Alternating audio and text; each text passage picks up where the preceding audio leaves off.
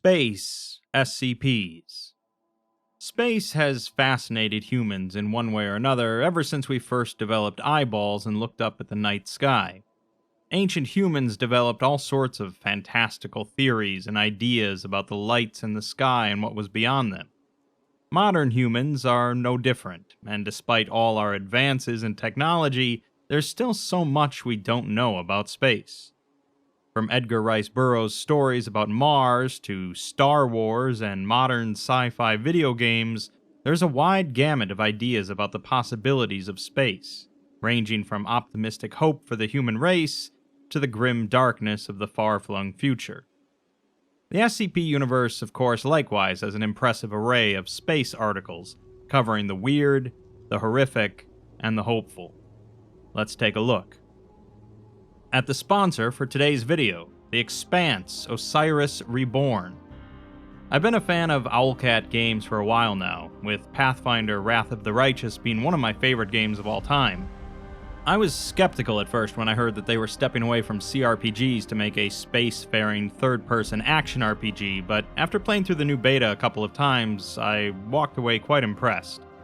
Set in the expansive sci-fi universe of The Expanse, you play as a customizable mercenary caught in a chaotic situation involving various factions and the tenuous balance of power between Earth, Mars, and the Belt. The game will feature a collection of unique companions, dialogue trees, skill trees, loads of equipment options and tweaks, branching paths, and plenty of intense gunplay and action. That's definitely what I walked away from the beta most impressed by: the exciting combat sequences, how enemies work aggressively to flank and flush you out, and some of the stellar cinematic combat zones, including some sequences on the exterior of a space station. If you're a fan of games like the Mass Effect series, I really think this is one you should be checking out. You can get access to the beta right now by becoming a founder and picking up the Miller's Pack or the Collector's Edition, along with a lot of other goodies, and the full game will be released in 2027. And now, let's check out some space SCPs.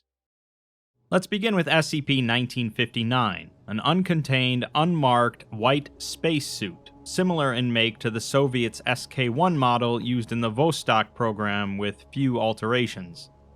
The suit itself appears to be indestructible, although the helmet's visor is badly damaged and misted over, preventing any observation of its interior. It is also known to emit considerable amounts of gamma radiation. So far, all attempts to communicate with it have failed. It appears to continuously orbit around the Earth at a reasonably constant speed, varying in position between low and high Earth orbit. It will ram through any obstacle it encounters, causing grave structural damage. While it is capable of independent movement, it remains motionless most of the time. On the occasion that it does move, its body language shows signs of extreme distress, and it will sometimes attempt to break its visor. There are recorded instances where it hovered in place for a certain period of time before moving off again.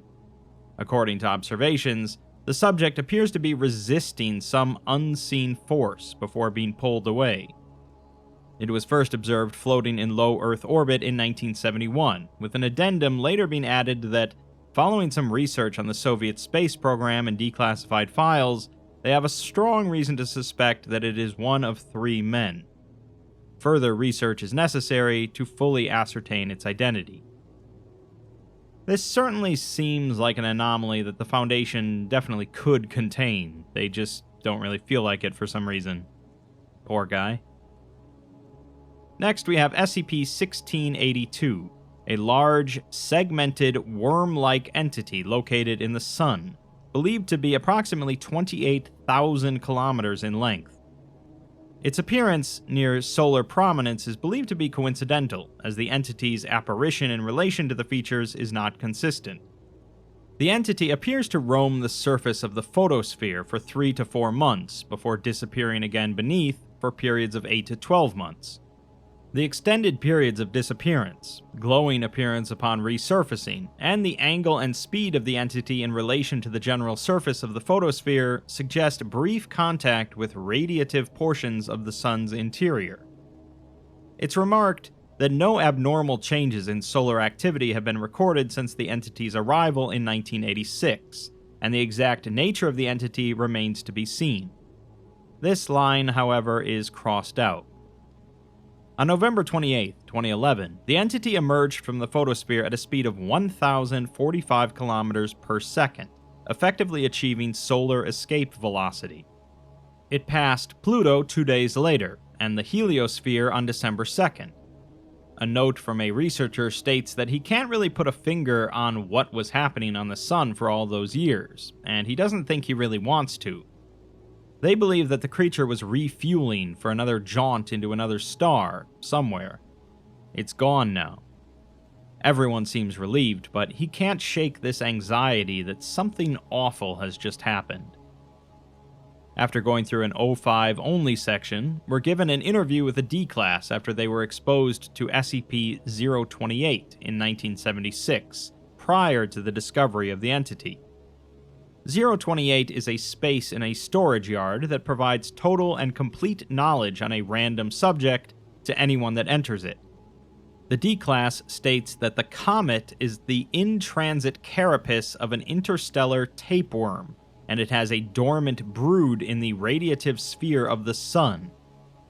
It's a lot like a tapeworm, but as far as reproduction goes, it's more like those roach wasps he saw on Nova.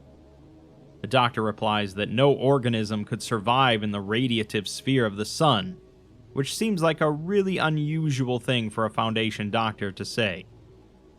The D-Class replies that it isn't an organism, and it's not in the sun right now. It's feeding someplace else.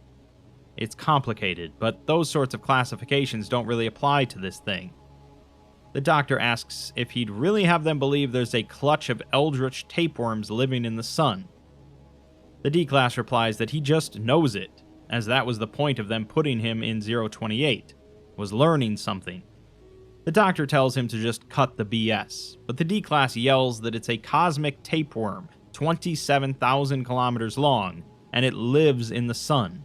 It returns every 76 years, 4 months, 2 weeks after feeding. There's then some data expunged from the record, and the D-Class says that the doctor will just have to wait. Still really not sure why someone working for the Foundation would be incredulous about a bunch of eldritch tapeworms living in the sun. That just seems like something they would assume by default. Moving on, we have SCP-2460, a gravitational anomaly in elliptical orbit around the Earth, with its furthest distance being 12,430 kilometers, and a closest approach of 395 kilometers. At the location of the anomaly, there is an apparent object of approximately 50 meters by 30 meters by 15 meters, and the object has a density approximately 100,000 times the density of the Earth, close to that of a white dwarf star. The shape of this object is variable in appearance, with components of different materials appearing to erupt from its surface only to be reabsorbed. The object is virtually invisible to electromagnetic radiation, and has no measurable charge, magnetic moment, or wave emissions. However, photons in the visible light spectrum still interact with it. The anomaly behaves very differently on the quantum level, and there's a bunch of technical jargon here about bosonic matter and electromagnetic interaction. The net result is that multiple individual objects within the gravitational anomaly occupy the same place at the same time. What appears to be objects growing out of and receding into the gravitational field is actually thousands of co-locating objects oscillating about the center of it. The exceptionally high mass of the anomaly is the result of these thousands of individual objects occupying the same location, all gravitationally bound together. The influence of the gravitation of thousands of objects acts as a strange attractor, keeping each individual object within 105 meters of the center of the field at all times. The chaotic nature of the attractor has caused multiple objects to be shown at the surface at different intervals. Most of the items are just space dust and rocky debris, but there are a few notable ones. One is a planetesimal, basically a really small starter planet that later becomes a planet, which makes up the surface of the field. Of note is the distinct lack of cratering on the surface.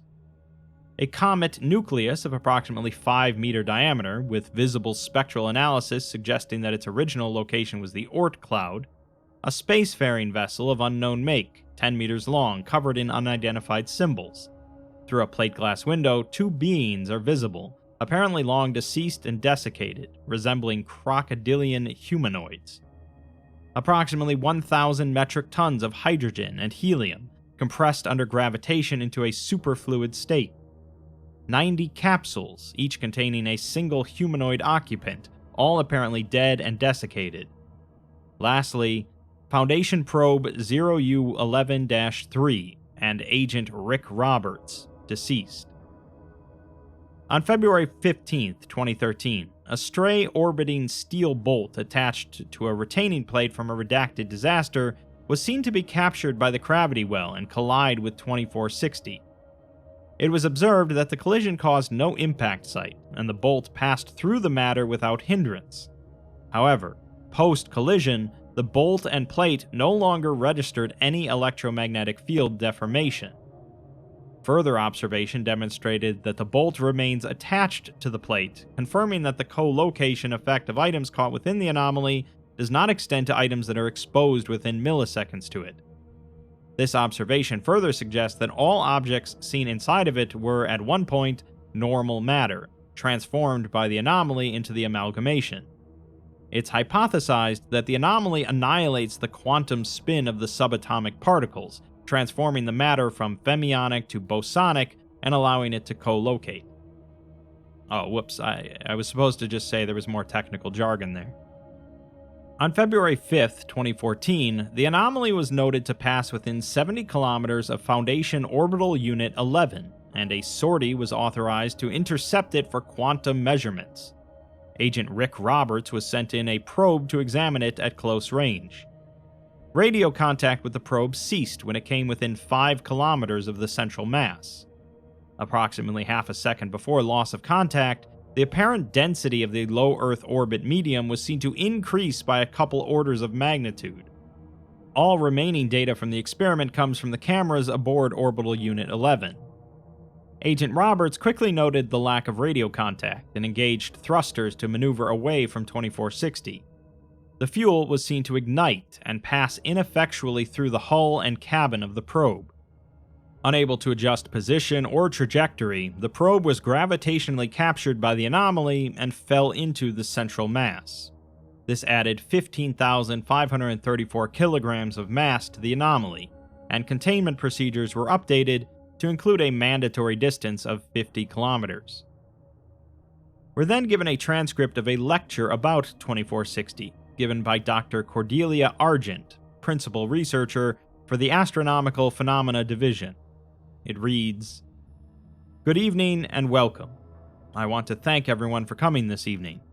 Tonight I am going to explain what exactly SCP-2460 is, and the risk it represents for the Earth. I could explain the fermion to boson conversion called quantum spin annihilation, explain how this interaction is possible under a version of supersymmetry, the transformation of quarks to squarks, and so on. But I'm sure that would go over most of your heads. You could learn it all, but you're here to understand what this is and what it means. I'll spare you the physics. I'm sure you've heard stories of walking through walls.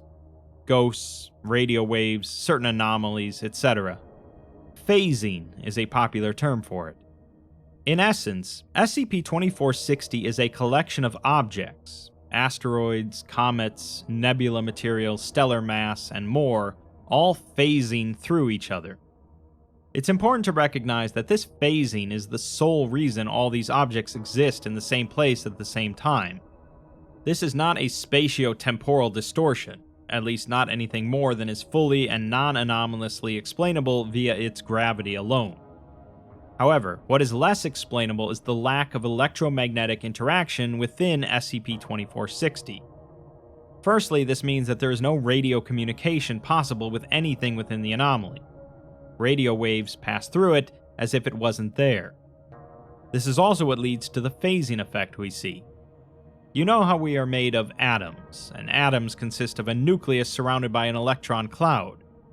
These electron clouds are negatively charged and push each other away, and that's why we can't walk through walls. But within SCP-2460, the electron fields between objects introduced at separate times don't interact, don't push against each other, and as a result, don't stop objects from passing through one another. But wait, you're probably asking, isn't the photon the gauge boson for the electromagnetic interaction? Why do we see anything? Okay, you're likely not asking that, but I did, first thing. The truth is, we don't see most of SCP-2460. Experiment 2460-B proved that. We saw the medium density around probe OU-11-3 increase nearly 1,000-fold before losing contact. There is a cloud of massive particles that have nearly no interaction with normal matter, extending as far as 5 kilometers from the central mass. There are only 2 ways these particles interact: gravitationally, and rendering normal matter that comes in contact with it out of phase. These particles are invisible and otherwise undetectable. All remaining mass was added subsequently, acting as an anchor for the particles. That's why we can see the massive objects in the center. What's the risk from this? Well, it is exceptionally dense, and thus perturbations from its present orbit will preferentially cause the orbit to decay, resulting in SCP-2460 falling to the Earth. Now, since it remains phased out, collision with the Earth won't cause any impact crater. However, the quantum spin annihilation will affect all matter the anomaly passes through, resulting in invisible holes of phased-out ground. SCP-2460 will pass unhindered through the center of the Earth, transforming matter the entire way, leaving a giant hole through the center of the Earth that the liquid mantle and core will gush into, the crust and surface eventually falling, unsupported, into the hole. But it won't end there. The momentum in SCP-2460 will propel it all the way back out of the center of the Earth, back to the surface, where it will gravitationally oscillate back and forth, rendering more and more of the Earth out of phase with itself like Swiss cheese, until the entire planet collapses into a central super-dense pile of untouchable rubble, constituting a QK-class quantum degeneracy end-of-the-world scenario. So I'm sure you agree that we want this thing as far away from us as possible. The problem is, we can't touch it. We can't use thrusters to push it away. There's nothing to push against. We can't deflect it with magnetic fields. There's no electromagnetic interaction. We can only use gravity to pull it away. That means that we will need to tow an asteroid of similar mass into low Earth orbit to carefully slingshot the anomaly away from us, then destroy the asteroid somehow. An asteroid approximately 22 kilometers in diameter should contain enough mass to eject the anomaly. Recommendations have been submitted to O5 Command. But I'm sure you actually are all asking, what is this, and why did it end up here, orbiting around the Earth? Well, it is an amalgamation of weakly interacting massive particles, invisible to electromagnetic radiation, emitting no radiation of its own, and possessing only gravity. In short, ladies and gentlemen, SCP-2460 is dark matter. And when you consider that fully 85% of the mass in the universe is dark matter, we should not ask why we are so unlucky to have a chunk of it orbiting around the Earth. We should ask why we are so lucky that we haven't hit any of this stuff yet. Thank you, and good evening. And that was with her sparing us the physics. So basically, it's a clump of dark matter, which makes up most of the universe, and it causes anything that comes into contact with it to phase out of existence with normal matter. This normally wouldn't be the worst thing ever, since it's just hanging in orbit, but eventually it will stop hanging in orbit and fall to Earth, where it will bounce back and forth through the planet until the whole thing collapses in on itself. Their big plan then is to use a big asteroid to slap the dark matter away, and then somehow destroy the asteroid afterwards. Not exactly a confidence-inspiring plan. Next we have SCP-4774, the hypothetical Planet 9, a gas giant potentially orbiting the Sun at the outer reaches of the solar system. If it exists, it would be 2 to 4 times the diameter of Earth, and approximately 10 times the mass. Its anomalous properties become apparent whenever any subject attempts to consider the possibility of the planet's existence. Subjects will universally arrive, even when not previously informed of the natures of space, planets in general, or the universe beyond the Earth, at a number of conclusions. One is that if it did exist, it would account for a number of irregularities in the motions of various astronomical bodies. If it didn't exist, it would account for the lack of any human interaction with the planet at any point in history.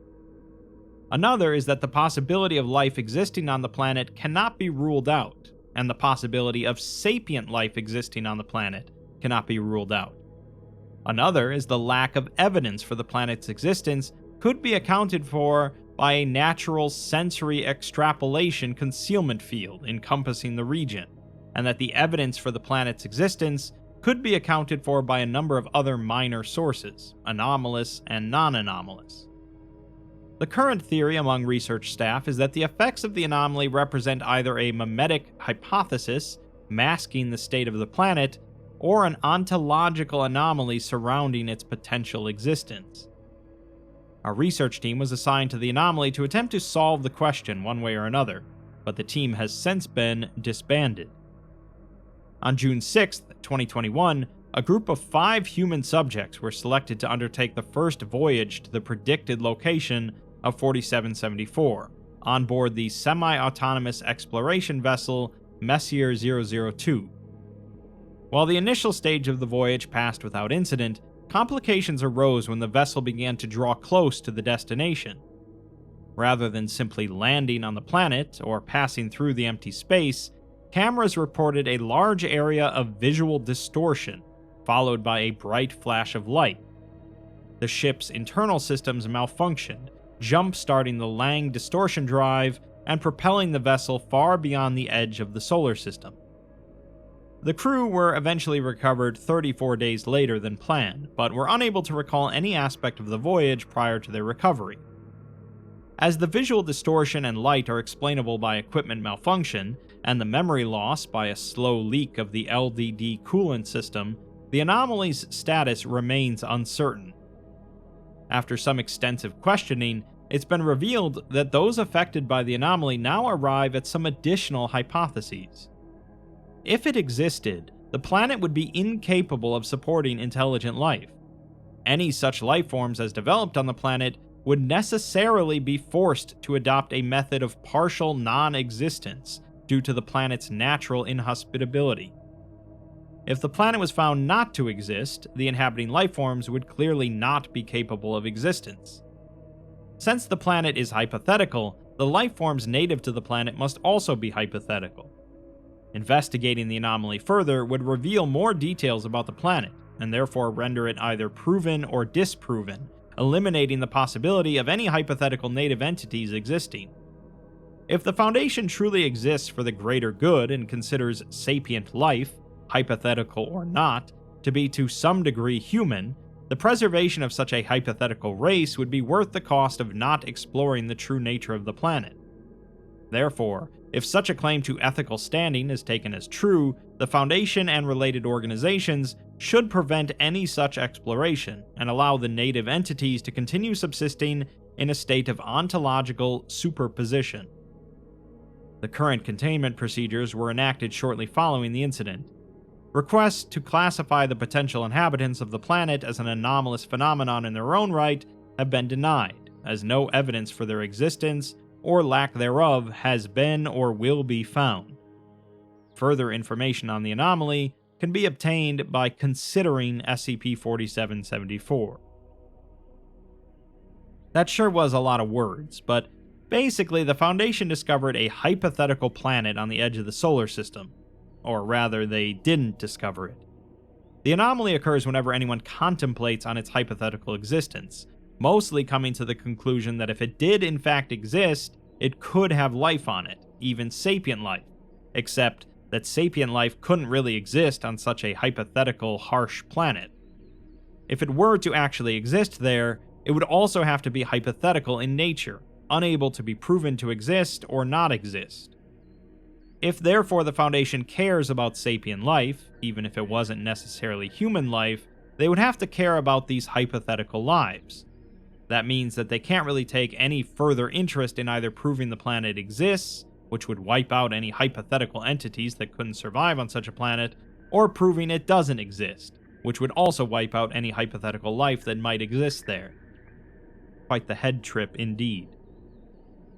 Lastly, we have SCP-2001, an anomalous series of neural oscillations that occur during 3 of the 4 stages of human sleep. During one of these 3 stages, the amygdala spontaneously enters a state of heightened activity for a period of 10 to 15 minutes. At the conclusion of its active state, the subject is conditioned to one of 3 responses depending on the sleep stage in which 2001 occurred. It appears to show no increased presence in individuals of any race, creed, or gender, and no genetic abnormalities have been associated with 2001. Spectrographic analysis suggests that its presence may not be intraneural, but rather that it may originate from an outside source. Of particular note is that 2001, particularly the alpha strain, has recently begun affecting a proportionally large population of astronomers, astronauts, and individuals who otherwise deal with space. Of the 3 types of responses to 2001, Gamma individuals are almost indistinguishable from the ordinary population, save for a disparaging attitude towards the topic of space travel. They show an active aversion to discussing space or space exploration in conversations, and will avoid any and all organizations pertaining to the study and development of human space exploration. It's estimated that a single-digit percentage of the population is currently affected by Gamma-type symptoms of 2001. Beta-type individuals are instead characterized by a distinct opposition to space exploration, denouncing the importance and safety of space travel in conversations, citing it as extremely dangerous or fruitless. Also common among beta-type individuals is the tendency to construct conspiracy theories regarding humans in space. A double-digit percentage of popular space-related conspiracies are directly linked to one or more beta-type carriers, including one redacted theory. It's noted that the aforementioned individual had never had contact with the SCP Foundation or any of its affiliates. Lastly, Alpha-type individuals actively attempt to stop or sabotage all forms of space travel. Individuals displaying symptoms of Alpha-type infection will attempt to harm or otherwise interfere with individuals, centers, and activities that pertain to space research or travel. An Alpha-positive Foundation researcher was directly responsible for an incident, and were given an incident report for it. It took place during the launch of a manned Foundation shuttle tasked with investigation of another SCP. A crew of Foundation supervisors were on hand to ensure safe takeoff and report any anomalous activity. A junior researcher was tasked with observation of status readings. He was reported to become extremely agitated before yelling unintelligibly to nearby staff after the shuttle achieved liftoff. He then produced an unknown artifact resembling a control pad, now classified as its own SCP. He began to operate it, and the shuttle reported several system failures. The artifact is confiscated by a doctor, and the shuttle reports total loss of power. Communications with the shuttle cease, and its exterior hull begins to break down. The resulting explosion was explained to onlookers and the press as a GPS satellite that had suffered a fuel leak during launch. Non-Foundation witnesses were administered amnestics. We're then given an entry from that junior researcher's journal, written the day before the incident. It reads, "I wish to state first that my mind and body are perfectly sound. I am prepared to submit myself to any and all tests to prove that I'm clean. I have the answer to SCP-2001. Just yesterday, during an interview with an Alpha-infected D-Class, I was asked a question that stopped my mind for a minute. The woman I was interviewing asked me if I knew the Foundation was right. I said no, I wasn't sure. Then she asked me, what if we were right? I could only assume that by we she meant 2001 carriers. I said nothing for a while, and then she spoke. She told me of a dream she'd had a while ago. She said that something talked to her, told her about how dangerous outer space was.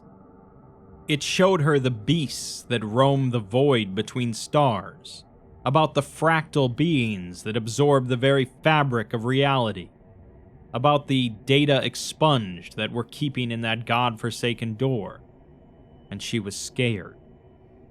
She told me that at the end of the dream, as she woke up, it told her what it was. It's all of space. Space fears for us. We're living, breathing life forms, and space loves us and cherishes us. She asked me if I had any idea what the chances of intelligent life forming on another planet are. Then she told me a number that took 1.5 minutes to recite. By this point, I couldn't speak.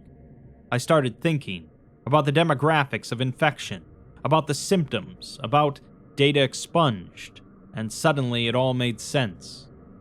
Some of the things she said stuck in my brain, and they all added up to the same thing: that we are in grave danger if we go out there. We can't go out there. We can't go out there. We can't. There's a reason behind SCP-2001, and it's nowhere near as terrifying as all my colleagues think. Space wants to protect us. There are things out there that would wipe humanity clean off of this plane of existence, and we are too precious to our mother, to our host, to the universe we live in, for her to allow that to happen. What I am going to do tomorrow is not a result of infection. It is not a result of madness. It is not a result of anything other than purest knowledge. You see, I've found out the truth, and it's more beautiful than I ever could have dreamed. Lastly, we're given an email sent from the research head for 2001 to the site director. It reads, "The research team and I have just made a rather unsettling discovery regarding SCP-2001. Our suspicions were piqued when we found the journal. First, the writing leading up to the day of the incident was entirely different in tone than the rest of his journal. He rants and raves about space for pages and pages. It's as if he just spewed his brain onto the page. Second, it wasn't something he would ever do, end the lives of 5 Foundation astronauts the way he did. That's something we neglected to mention about 2001's Alpha strain, that individuals seeking to interfere with manned space travel will not undertake actions outside their moral reasoning. This meant that the Alpha strain of SCP-2001 was safer than it seemed, or so we thought. See, we proved beyond a shadow of a doubt that he did have SCP-2001. All the symptoms he displayed were completely on target for the Alpha strain, with the exception of his final actions. So we researched it. More specifically, we researched the D-class that he talked with on the day before the crash.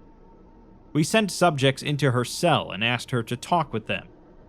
She said just about the same thing to most people, with a couple of exceptions. When she talked to certain subjects, she would pepper her rants with a couple of distinct phrases. And what we discovered was that individuals who responded to these phrases began to behave in a similar manner to the junior researcher on the day of the crash. By now, I'm sure you can deduce what we learned from these findings. It appears there is some sort of 4th strain, one that functions differently from any of the 3 we've encountered before. We call it Alpha Prime. It is a mimetic variant propagated by certain individuals afflicted with the Alpha strain through the use of several trigger phrases. If a listener responds to those phrases, the symptoms of Alpha Prime begin to develop. Though not much more potent than the regular Alpha strain in terms of the carrier's attitude towards space exploration, it does have the additional effect of overriding the moral code of its hosts. We don't know exactly to what lengths an Alpha Prime carrying subject would go to prevent us from engaging in manned space travel. Perhaps therein lies the most worrying element of this newfound strain. We know next to nothing about it. It is in the opinion of myself and many members of the research team that this information should be kept separate from the official SCP-2001 documentation, including the findings about the moral restrictions of the standard alpha strain. We don't know how many individuals have succumbed to the words of their alpha-afflicted colleagues, and we don't want a mass outbreak of paranoia and fear among Foundation personnel. If word spreads about a sociopathy-inducing memetic variant of 2001, we have no idea what could happen within our ranks. Quite frankly, we don't want to find out. Standard SCP-2001 checks are still in order for all sites. Tell the MTFs to keep rounding up the alpha strains and sending them to me. After all, we've got counter memes to develop. We secure, we contain, and we protect. Alright, so it's an anomaly that affects certain people, causing them to have varying degrees of distaste for space and space exploration. The Foundation believes that it's not really that dangerous, since it doesn't really cause them to do things they wouldn't normally do, outside of spreading conspiracy theories about the moon being haunted or something. Then one Foundation junior researcher sabotages a shuttle launch, killing some people, and writes in his journal that he's doing it because he firmly believes that space is a living entity trying to protect humanity from what's out there. The Foundation concludes that not only is that pretty unlikely, there is another strain of this infection that causes people to prevent space exploration at all costs, and could potentially spread to anyone. In other words, something really doesn't want humanity exploring space, and doesn't care who gets hurt in the process.